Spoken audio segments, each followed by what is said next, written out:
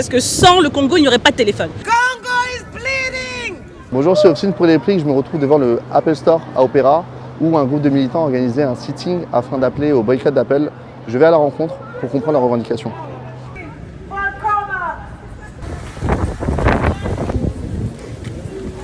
J'ai pu faire la rencontre de Basili, militante du collectif Team Congo, et du coup elle a accepté de répondre à nos questions. Le Congo est au centre de ces revendications parce que sans le Congo, il n'y aurait pas de téléphone. C'est-à-dire qu'on est tous là, on tient un téléphone entre nos mains. Il faut savoir que le Congo détient 70% des réserves mondiales du coltan. Et le coltan, c'est un minerai qu'on appelle stratégique qui est présent au Congo. Alors sans le coltan, pas de téléphone. Sans le Congo, pas d'Apple. Et nous sommes là justement pour revendiquer contre le lancement du nouvel iPhone, l'iPhone 17. Et on dit stop en fait. On dit stop au minerai 200. Pourquoi le coltan du coup est pris au Congo? Qu'est-ce qui se passe du coup sur le terrain? Alors, il faut savoir que depuis 30 ans, il y a un génocide au Congo. Depuis 30 ans, 15 millions de Congolais sont morts suite à ce génocide. Et ça continue.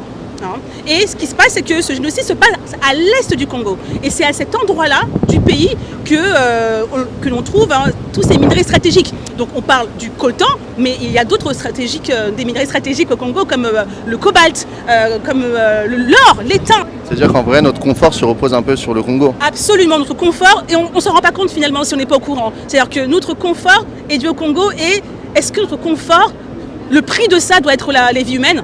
On dit non, on dit stop. Pourquoi du coup cette lutte est invisibilisée dans nos médias? Alors évidemment, vous l'avez dit, les médias sont silencieux par rapport à ça. Pourquoi? Parce que derrière ce massacre, il y a des corporations, des grandes multinationales. On parle d'Apple, mais il y en a beaucoup d'autres évidemment. Donc est-ce que c'est dans leur intérêt de parler de ces chaînes d'approvisionnement qui sont faites de manière frauduleuse, illégale et qui coûtent la vie de millions de Congolais?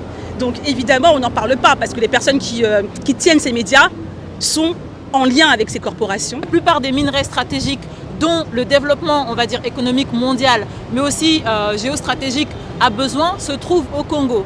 Donc il y a comme une forme de complicité entre tous les pays, on va dire les grandes puissances qui ont besoin d'exploiter ces minerais-là et qui en fait sont dans une forme d'omerta, tout simplement parce que chacun a intérêt à piller ce pays pour pouvoir se développer.